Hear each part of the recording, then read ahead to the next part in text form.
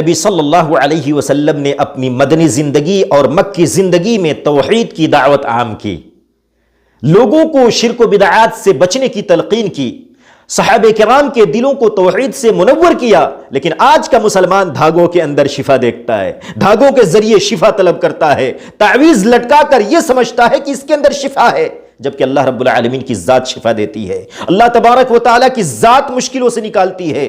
ہمارا مشکل کشا صرف اللہ رب العالمین کی ذات ہے، اللہ رب العالمین ہے۔ اس لیے مسلمانوں، تعویذ لٹکانے، دھاگا لٹکانے سے بچیے، اس کے اندر شفا نہیں ہے۔ اللہ کے نبی صلی اللہ علیہ وسلم کا فرمان ہے، سنیے، من تعلق تمیمۃ فقد اشرک، جس نے تعویذ لٹکائی اس نے اللہ رب العالمین کے ساتھ شرک کیا۔ تعویذ لٹکانا، دھاگا لٹکانا اور اسی طریقے سے اور بھی چیزیں شفا کی غرض سے لٹکانا شرک ہے، اللہ تبارک و تعالیٰ اسے معاف نہیں کرے گا۔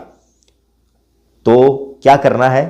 اللہ تبارک و تعالیٰ پر حقیقی توکل کرنا ہے۔ ایک حدیث سنیے، اللہ کے نبی صلی اللہ علیہ وسلم کا فرمان ہے، اگر تم اللہ تبارک و تعالیٰ پر حقیقی توکل کرو گے تو تمہیں اللہ تبارک و تعالیٰ ایسے روزی دے گا جیسے چڑیوں کو روزی دیتا ہے۔ وہ چڑیا صبح خالی پیٹ نکلتی ہے، شام کو پیٹ بھر کر واپس آتی ہے۔ اس حدیث سے کیا پتہ چلتا ہے؟ ہم حقیقی توکل اگر اللہ رب العالمین پر کریں گے تو اللہ تبارک و تعالیٰ بے حساب روزی دے گا اور ہمیں مشکلوں سے اور مصائب سے نکالے گا۔ دنیا کے اندر کوئی بابا، کوئی پیر، کوئی مرشد ہمیں مشکلوں سے نہیں نکال سکتا، اللہ تبارک و تعالیٰ کی ذات ہی نکال سکتی ہے۔